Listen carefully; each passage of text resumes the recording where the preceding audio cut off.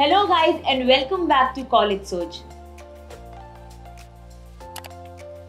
तो आज के जो हमारी गेस्ट है उन्होंने इंडिया के नंबर 1 कॉलेज से अपनी ग्रेजुएशन करी है। जी हाँ, आपने एकदम सही सुना, नंबर 1, जो कि है SRCC Shri Ram college of commerce. और आज एक काफी अच्छी कंपनी में प्लेस भी हो रखी है जो कि है BCG। आज है हमारे साथ आकृति जी, जिन्होंने काफी छोटी उम्र में बहुत सारी अचीवमेंट्स हासिल कर ली हैं। तो वेलकम हमारे शो में, कॉलेज सोच में। तो मेरा पहला क्वेश्चन आपसे ये है कि जैसा कि हमने बहुत बारी सुना है कि SRCC में जो बच्चों का एडमिशन होता है उनकी परसेंटेज आती है कुछ 99 और 100%। तो ये कितना सच है और आपकी क्या परसेंटेज आई थी? एंड तो एडमिशन के क्राइटेरियाज क्या रहते हैं, आप कैसे इस कॉलेज तक पहुंच पाई? Okay, thank you so much for having me today. So आपने सही कहा, मुझे 2020 में 12th बोर्ड एग्ज़ाम्स में 99% आए।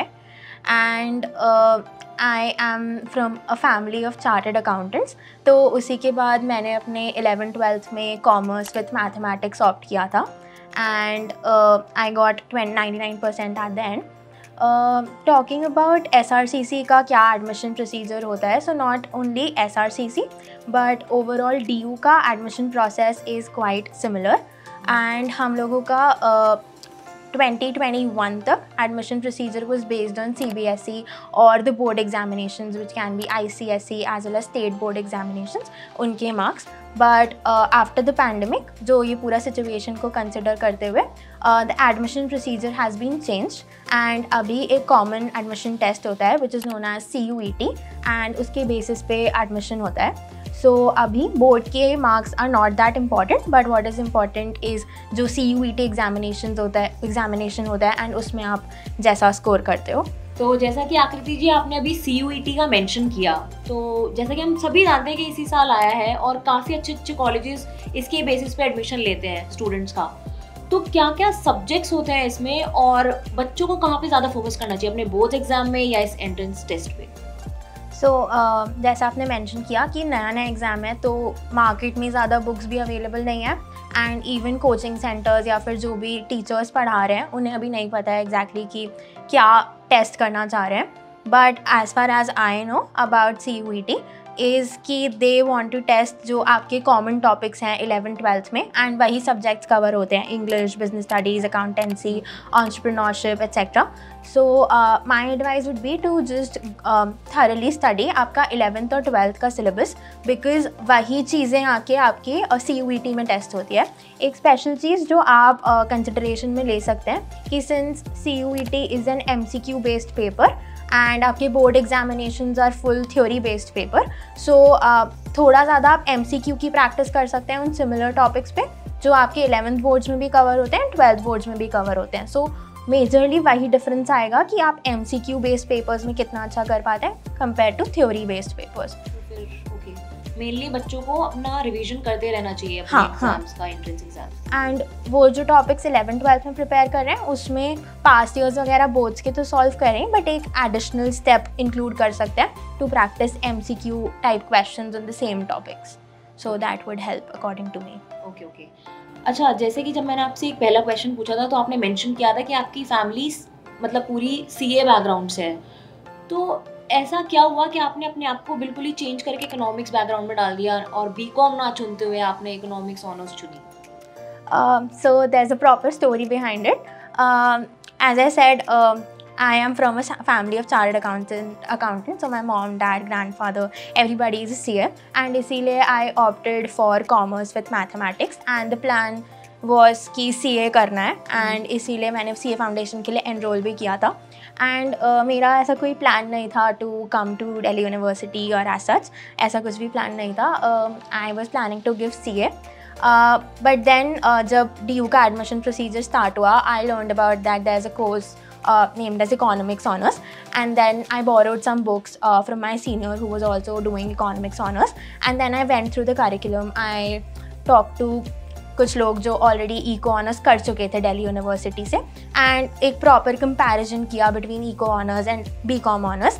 एंड तभी लाइक उस 1-2 मंथ के ड्यूरेशन में मैंने रियलाइज़ किया कि I actually want to do a specialisation in one subject, that is economics, rather than a generic course which is BCom, because तब तक I realized that CA is not something that I'm very interested in.